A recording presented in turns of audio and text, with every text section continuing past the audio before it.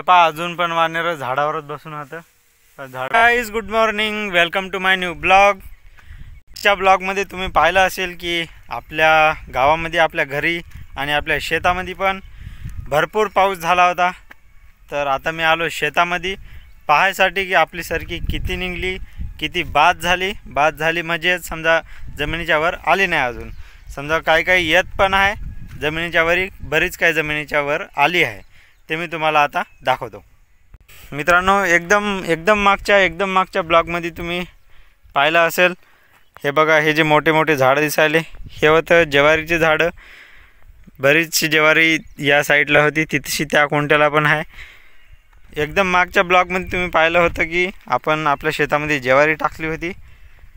तर आता हेच समजा ज्वारी काढल्याच्या नंतर जे दाणे पडलेले होते हे त्या ज्वारीचे झाडं निघले. तर राहिला कापसाचा विषय. हे बघा, कापूस आपला आहे जवळपास 2 पानावर. इथला पण हे बघा 2 पानावर आला कापूस. तिथं पहा ते पण 2 पानावर, म्हणजे 2 पानावर आला. आणि हे बघा, ही एक सरकी आहे की नाही, ही आहे. त्याच्या बाद इथं असायला पाहिजे होतं, पण इथं काहीच नाही, इथंशी काहीच नाही. इथंशी उकरून पाहिलं तर कदाचित छोटासा असा एक कोंब दिसल. इथे एक समजा 2 पानाचं रोप आहे, समजा झाड आहे आपलं. याचाच अर्थ की अजून बरीच काही जमिनीच्या अंदर आहे आणि बरीच बाहेर निघलेली आहे. हे असं काऊन झालं की आपल्याला शेतामध्ये नव्हतं पाणी आणि वरचं आबाळाचं पाणी पण काय लवकर पडलं नव्हतं. त्याच्यामुळं असं झालं. समजा एकदाच म्हणजे असा मोठा ठोक नाही पडला. मागच्या म्हणजे कालच्या ब्लॉगमध्ये तुम्ही पाहिलं असेल की एकच ठोक मोठा झाला होता. त्याच्यानंतर हे जे थोडे जे आता जमिनीच्या अंदर राहिले होते त्याला कोंब फुटायले. मी आता समजा कोंब तर काढून दाखवू शकणार नाही, कारण की ते जर का काढायला गेलं तर झाड मोडू पण शकते.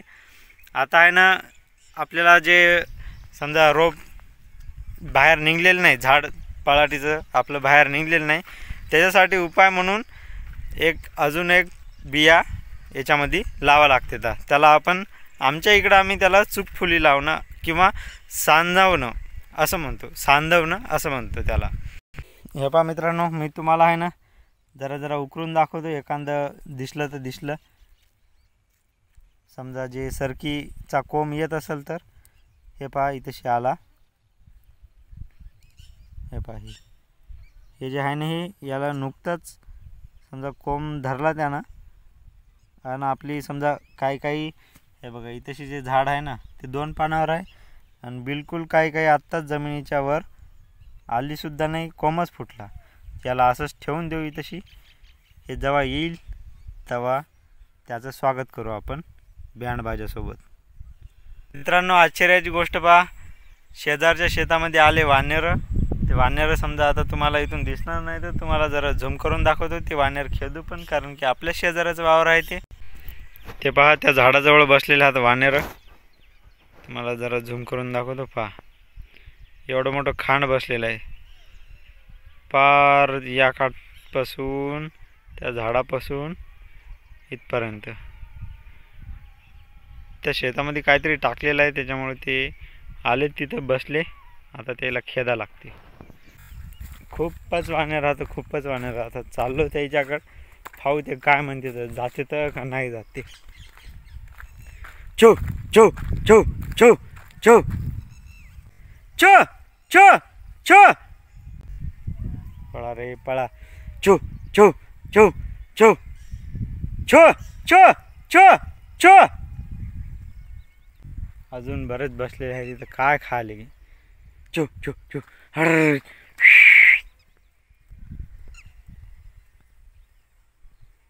तिथं त्या लिंबाच्या झाडावर चालले तर त्या ते खाले तरी काय.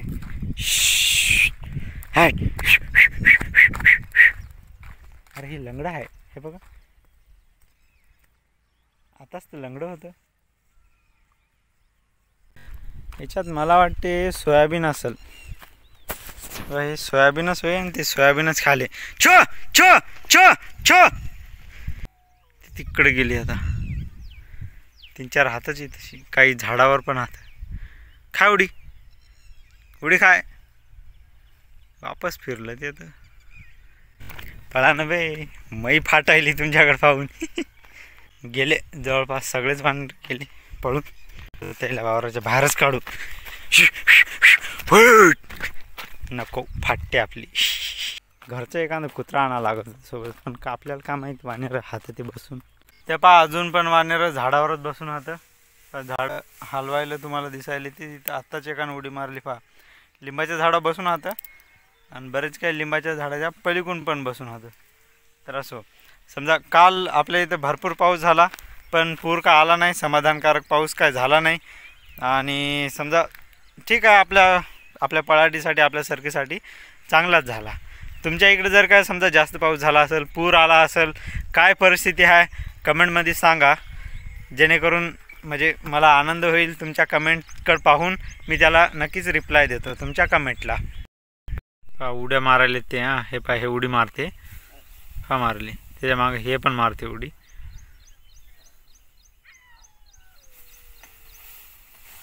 पडते का रे?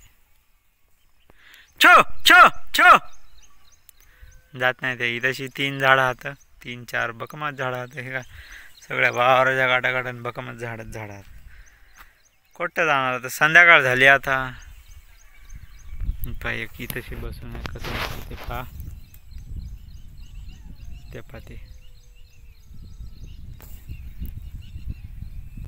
वानेर फा लिंबाचा पाला खायला वाटते. कसे वड्याले रे.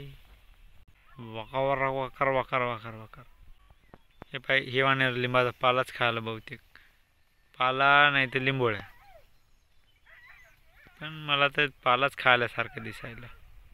थोडा वेळ वावरात फिरलो. आता जरा जरा गवत पण झालं. आता जी आपली बादवाली सरकी आहे जी की निघली नाही, त्यासाठी काही ना काहीतरी उपाय करावा लागते आता. तर आता ते नंतर पाहू. आता निघलो घराकडे. सध्या मी आणली होती सायकल. आता सायकलनं जाऊ. जाता जाता जराशी काहीतरी दाखवतो तुम्हाला, दाखवायचं आहे. हे पहा हे होय आपला वडा. एकदम कोड्डा आहे. अजून काय पूर आला नाही आपल्या वड्यामध्ये. तिथंशी पहा पुढी एकदम पुढी उभी आहे आपली सायकल. जेव्हा पूर येईल ना तेव्हा बस या वड्यात पाहायलाच मजा येईल. मग मासोळ्या धरायच्या या वड्यामध्येच. लय भयंकर पूर येते. त्या तिथेशी पूल आहे ना, तिथं गेल्यावर सांगतो तुम्हाला. चला इथे आहे सायकल. चला डायरेक्ट पुलाजवळ. हे पहा हे आपला वडा. ज्या वड्यातनी सगळे शेळ्या चरायल्या. तर जेव्हा पूर येते ना तेव्हा फायदा. एवढा किती भरलेले असते. आठवण ठेव जा. हे जे इथं खोड दिसायला नाही, हे खोड, त्या खोडाची आठवण ठेव जा की मी हेच पूल दाखवतो का दुसरा पूल दाखवतो कोणता. या बाजूला हे खोड आहे, त्या बाजूला दाखवतो तुम्हाला काय काय आहे ते. या बाजूला काहीच विशेष काहीच नाही, फक्त आहे ते असं. सध्या वड्यामध्ये काय नाही, फेदरीच आहे. आणि हे वय लवाळी. वडापार इथून तिथपर्यंत दूर आहे. आता असा दिसायला ना, जेव्हा पूर येते तेव्हा पाहिजे. मी दाखवतोच तुम्हाला.